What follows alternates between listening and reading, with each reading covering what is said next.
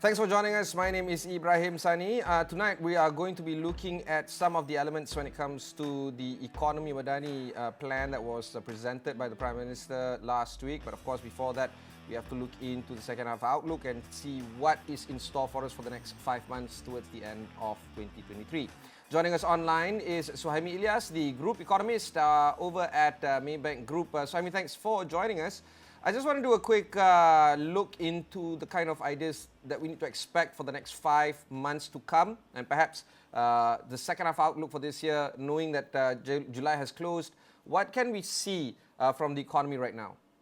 Hi, Ibrahim. Thanks for having me here today. I think for the Malaysian economy, our full year 2023 forecast is growth easing or moderating to 4.5%, down from 8.7% last year. So obviously last year was a good year in terms of growth because of the full opening impact on the economy. But I think this year there will be some moderation, largely because of the base effect on growth. Certainly second quarter and third quarter GDP this year will reflect that base effect quite materially, because second quarter and third quarter last year, our economic growth shot up to 9% and 14% respectively. That's not the kind of number we're going to see quarter in, quarter out. Aside from base effect, of course, we have to acknowledge the fact that global economy is moderating. We are looking at global growth to ease to 2.7% from 3.5% last year because of the downturn in US economy, stagnation or recession in Europe. China's economic opening impact is not as strong as we have been expecting or anticipating. So that is having an impact on our economy through trade channel. And thirdly, I think we have to acknowledge the fact that our economy is going through this process of feeling the impact of the cumulative 125 basis point increase in the overnight policy rate, or OPR, by Bank Negara between May last year and May this year. But Ibrahim, having said that, acknowledging these headwinds on the economy, I think we have to also acknowledge the fact that there are buffers, there are tailwinds to the economy as well. So the 4.5% growth reflect cross-current between the headwinds and tailwinds. What are the tailwinds? I think obviously the major tailwinds would be the recovery in tourism economy, as well as I think the other thing that's also worth highlighting is I think investment growth momentum is actually positive, taking cue from the trend in lead indicator on investment, i.e. the approved investment statistics. So what I find interesting is that our approved total private sector investment since 2021 has been very robust, very strong. 10 years before 2021, we were chalking around 180, 190 billion ringgit per annum private sector approval in terms of investment, but it went slightly above 300 billion in 2021. Last year was still robust at around 265 billion. First quarter of this year, solid number of 70 billion, which is about 35% increase year on year from first quarter of last year. So the momentum is still there. What is interesting about this robust private investment approval statistics is that it's driven by both FDI and domestic direct investment, DDI. FDI has been certainly strong over the past 2 years and continue to remain robust in the first quarter of this year, because we are still attracting FDI, particularly in the technology sector. I mean, not just electronics, but stuff like data centers, cloud and web services, and so on. And certainly news flows of late also has been positive, with news about Tesla coming in. And what is also interesting and important to note is domestic direct investment, in my opinion, is at inflection point. So last sort of decade, it has been on a bit of a structural or secular decline, but it has been stable at just over 100 billion ringgit per annum last 3 years. And first quarter of this year, Ibrahim, very interesting, it doubled from 17 billion in first quarter of this year to 37 billion in the first quarter of this year. So almost 100% increase actually. So it seems to me domestic direct investment approval is on inflection point, which I think augurs well for overall investment growth momentum, because domestic direct investment is also sort of turning the corner after being in the doldrum for the better part of the last decade and the early part of this decade. And what is interesting, I think, that domestic direct investment is going to be supported and driven by interesting development, particularly in the areas of logistics, in the areas of domestic players also going into the data centers business, together with developments in solar farms, for example. Okay. And one last point I want to make, Ibrahim, before I stop. We also think in the remaining months of this year, Bank Negara is done in terms of OPR hike. We don't see any changes to current 3% OPR level, and I think two things help Bank Negara's decision on that. One is inflation is coming down; it's already sub 3% since May. And secondly, I think the situation with ringgit has in a way improved. Ringgit has stabilized. The government identified 9 major structural challenges facing our economy right now. Some of them include governance or the deterioration of it. We're looking at being domestically driven, low labour share of income, and many more. Your top line, I guess, assessment in terms of the Madani economy, were you impressed by the plan, or do you feel that this is more of the same? Well, I think, Ibrahim, having plan is better than no plan at all. So I think this is an important sort of starting point for the government of the day in terms of having a narrative and framework for our economic path next decade. And I think it's also very important that in addressing the challenges that you mentioned just now, I think this Madani economic narrative and framework essentially aims to do two things. One is raise the ceiling for the economy. Second is raise the floor for the people. So it's not just about achieving, for example, upliftment in our real GDP growth to, let's say, I think what was mentioned by Prime Minister in his speech during the launch of Madani Economy is seeking to raise the pace of economic growth to 5.5 to 6% per annum over the next 10 years against current run rate for business as usual growth of 4% to 5%. But you also see that attempt to make sure that the growth and development of the economy next decade is also inclusive. It's also equal, have some notion of equality. So that's why, for example, I think another interesting sort of target next 10 years that the government set is to raise the workers' share of GDP to 45% by, I guess, 2033, and also raising it to 40% by 2025 against the current numbers of around 32%. So I think apart from that, I think in the end, this is about providing a better Malaysia that also benefits the people. The main issue of the day is, of course, wages, and a lot has been said about the progressive wage model that the Economy Minister Rafizi is propagating. What is the House view of Maybank right now when it comes to progressive wage model versus minimum wage? I think obviously this is a bit of a upliftment in terms of the nature of our wage and salary growth going forward.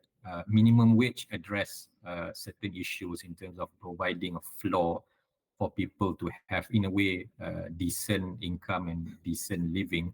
But I think the spirit of progressive wage model is essentially to have a wage and system or income system that I think recognize the productivity contribution of workers, that also try to incentivize both employers and employees to constantly improve productivity through reskilling, upskilling, retraining, learning for life concepts, and so on. So I think it's very important for us to be clear that the progressive wage model is not about just being simply socialist in terms of giving a greater share of GDP to workers, but the process of giving or producing greater share of workers to the economy is rooted essentially on productivity. And I think that's the most important message that we must bear in mind. There's also non-financial targets like improving perception index on graft, improving governance, trying to attract more, I guess, talent coming in. These are complementary targets to have. And if I would like to argue, it's a little bit more lofty, even though it's a medium-term target of 10 years. Do you feel that it comes hand in hand, these financial targets of economic growth versus non-financial targets that can actually complement or in fact drive this economic growth? I think in particular, the issue of governance is extremely important. I think as mentioned by Prime Minister, I think one of the key challenges facing the country is the deterioration in governance, and obviously that is reflected by how we have basically slid down the ranking, the poll in terms of the Global Corruption Perception Index. And obviously, the government set a target to kind of restore our image on that front, I think over the next 10 years, wanting to improve our position or ranking in the Corruption Perception Index from, I think, current position 61, 62 to top 25. I think why this is important is because I think things like corruption, graft, it affect the economy, particularly in terms of cost of doing business and ultimately filter into cost of living for the people. All these leakages, I think, just represent inefficiency. It's also result in a situation where we have a sizable or at least worryingly a persistence in black economy, and the country lost in that sense because of the leakages, because of the non-payment of revenues, wastages and all that. So I think this has to be put to stop. And I think if that can be done, definitely it will help also in terms of our competitiveness ranking. I think that's the intention of Prime Minister when he talk about these issues and make it as one of the key elements in his Madani economy narrative and framework for the next 10 years. Where do you see the engines of growth in achieving these targets? Like I said, financial targets and these non-financial targets of corruption and competitiveness and all the other stuff that we spoke about, governance. Where is the growth? Is it from the MSME sector? Is it from, I don't know, startup sector? Is it from our large corporates driving growth further? Where do you see the growth coming from? I think the key word here, Ibrahim, is investment. I think one of the challenge that or issues, structural issues that Prime Minister said in his speech was the declining share of investment in GDP. So obviously, investment would be a key factor in achieving those what you said as lofty or ambitious target. I think is political risk the inhibiting factor here for investment coming in, either FDI or DDI? Are we mitigating that political risk notion right now? I think maybe there's some perception that the situation concerning our politics for the last 4 or 5 years has been a factor. But as I said at the start earlier, the trend in investment approval stated or indicating otherwise. So I think that's very interesting, despite the concerns about the body politics of the country. But I think what is need to be recognized here as well is that the policy making body of the country are still functioning, and because of that, you see last few years FDI has been robust, and we are seeing a prospect of inflection point in our domestic direct investment. I think the other thing I want to highlight is that right after the announcement of Madani Economy in the morning of 27 July, in the afternoon, immediately we have this National Energy Transition Roadmap Part 1 that is obviously launched together by Ministry of Economy and Ministry of Natural Resources, Environment and Climate Change.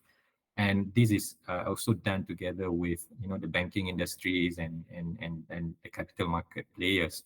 I think that's very interesting because we have example of how we don't work in silos anymore. There is this all of Malaysian approach in terms of dealing with this issue. And I find the energy transition roadmap interesting because obviously there's going to be a lot of sort of investment themes in that segment. I mean, minimally, Ibrahim, just to basically ensure that we achieve our net zero target by 2050, we're talking about nearly R500 billion investment over the next 30 years. So that's basically, in my calculation, could add to GDP growth by 1 percentage point. So in that sense, from our BAU of 4 to 5%, we already get one extra percentage point to GDP growth by being able to implement the national energy transition roadmap. Obviously, this is the way forward. This is the future of industry. It's not so much about coming up with new business or growth drivers, but transitioning one of the key part of our economy, the energy sector, over the next 3 decades, and the investment growth in terms of minimum requirement just to achieve net zero by 2050 is substantial in terms of its contribution to GDP growth. Part of the cost controlling measures is to subsidize carbon. Right now, Malaysia is still subsidizing carbon.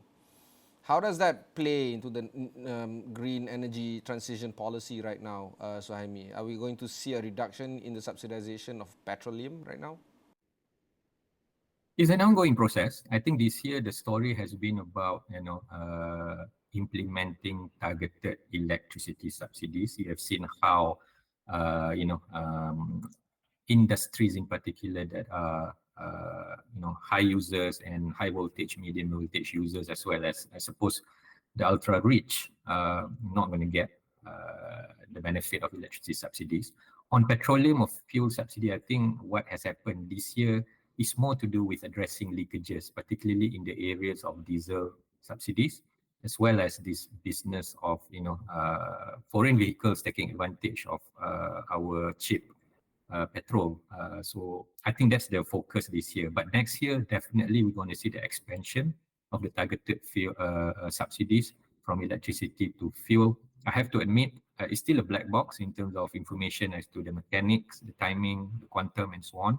But I think we will wait for the announcement of budget 2024 on 13th of October for some clarity, some information, some picture in terms of how the targeted fuel subsidy is going to take place. But I think definitely that must happen so that our overall green transition makes sense by incentivizing and allocating more the move towards renewable energy, and disincentivizing and giving less allocation progressively for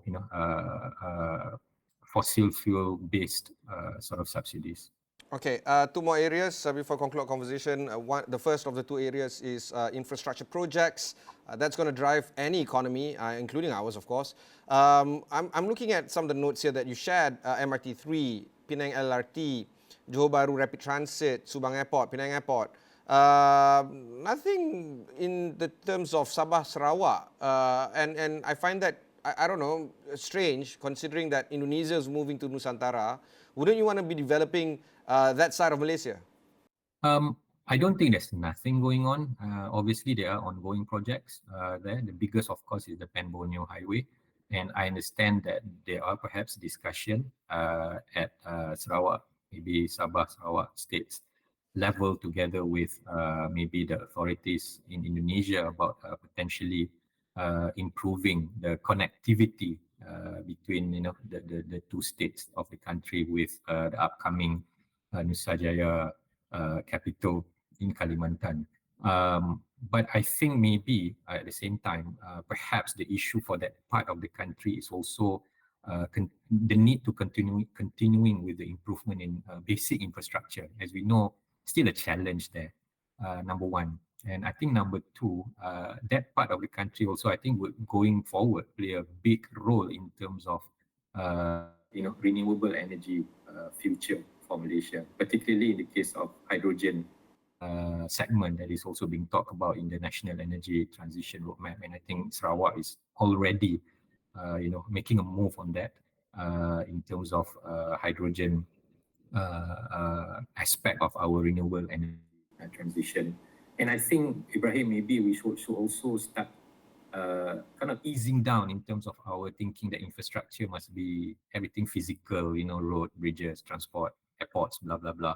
I think we need to think about energy infrastructure, renewable energy infrastructure. There's a lot going on in this space. And I said earlier, as per the estimate of the basic minimum requirement for investment to achieve our net zero by 2050, almost 500 billion next 30 years. it can contribute easily to additional 1 percentage point growth to GDP. All right, you're right. Noted on that whole brick and mortar notion of infrastructure building.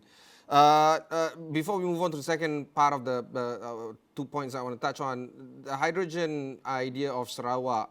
Do you feel that that is going to be one of the more contentious points in terms of development for the Sarawak region? And do you feel that that is an area that both the federal government and Sarawak will definitely intensify, i.e. putting more money inside it, trying to get more people for it, trying to bring technologies to develop it further? Is that the exciting bit that we can expect from the Madani economy for Sarawak? I think certainly, because I think the whole thing just boils down to the fact that we need to start strategizing going forward, because as we know, oil and gas are finite resources, and as we know also right now, before we go full on renewable energy, gas will play a key role.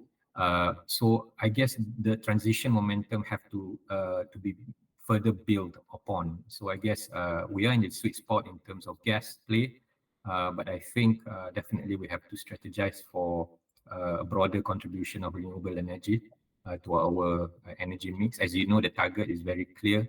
From where we are now, we want to hit 40% by 2035 and 70% by 2050. Definitely, the journey must start now.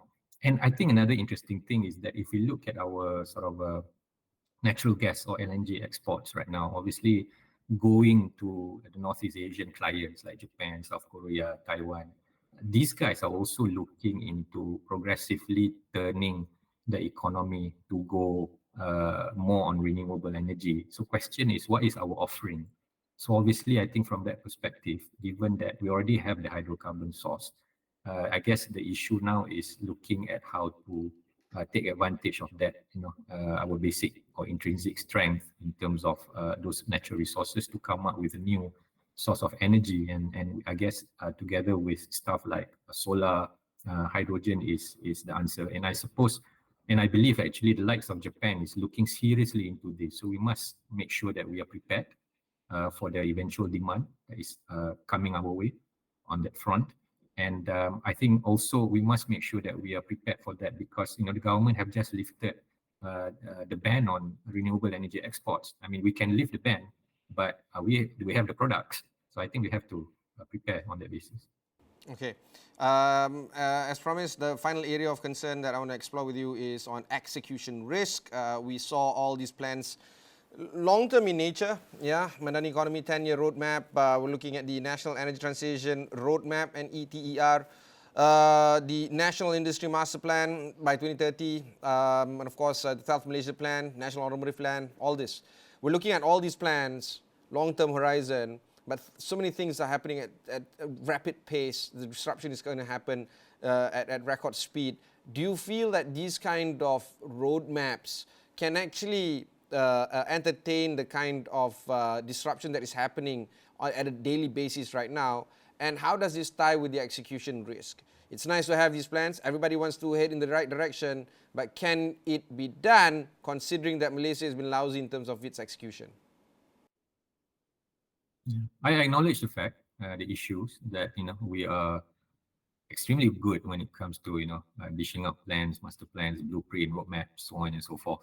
The question, the challenge is always on execution. So I guess maybe one thing that would be good to have alongside all this, business of being busy in the second half of this year in dishing out all those plan, roadmaps, blueprints, is some sort of one-stop center or central coordinating body to basically monitor, audit, and provide high-frequency, regular updates of what's going on. Something that is akin, in my opinion, to what we had last time, the performance management and delivery unit, Pemandu. I think having something like that would be good in terms of being enabling not just the government itself, but also investors and people to have what I said as a regular high-frequency update in terms of what's going on. Tracking this is very important. Talking about tracking, I have here a nice chart of yours. It's called the Malaysia's economic journey, moving from what we were as a commodity-based economy to an industrial-based economy, that we need to culminate into our current status as an upper middle class economy. Do you feel that that transition is where we need to be moving forward, that we are heading in the right direction from commodity to industrial to export-oriented to services and rapid diversification of premature deindustrialization? Are we on the right track, so to speak? I think we are in the sense that I think the ultimate aim here is to, number one, maintain the diversified nature of our economy. We are not trying to reinvent the wheel here, really, to come up with a completely unheard of new growth drivers. We are just want to leverage on our intrinsic inherent strength, ecosystem, and so on, to make sure that we go to the next level. Like I said, when it comes to energy, we are obviously a major player benefiting in terms of exports of fossil-based energy. We just want to move on to RE. That is being, I think, implemented by the government. Similarly, when it comes to automotive manufacturing, we have the ecosystem, but it's ICE based. We just want to move to EV based. And when it comes to EV, there's a whole lot of things that need to be done. It's not just a case of bringing in the cars, but also whether we can be part of the global EV supply chain in terms of parts and components for EV, and also to drive the adoption of EV. What is the thing that we want to do in terms of charging infrastructure, in terms of incentives, to basically get people on board on this transition. Similarly, when it comes to electronics, I think the beauty of our electronics industry or E&E industries over the past 50 years, they constantly evolve. From producing white goods 50 years ago, we are right now in the supply chain for what you call smart devices. And I think going forward, we have to make sure, and I do hope in the National Industrial Master Plan that's coming up next month will also provide an outline in terms of strategy of how we're going to benefit from the AI. There you go. Thank you very much, Suhaimi, for joining us. Any parting words before we conclude conversation? Short one. Well, I really, again, want to repeat what I said earlier. I think it's all good in terms of coming up with the plans, blueprint, master plan, but I do feel very important also this to be accompanied by high frequency, regular update in terms of what's going on, so we can keep track, and that would that flow of information, I think, would provide credibility to our journey over the next 10 years. Thank you very much. That was Suhaimi Ilias, the Chief Economist at Maybank Group. Thanks for joining us for this evening.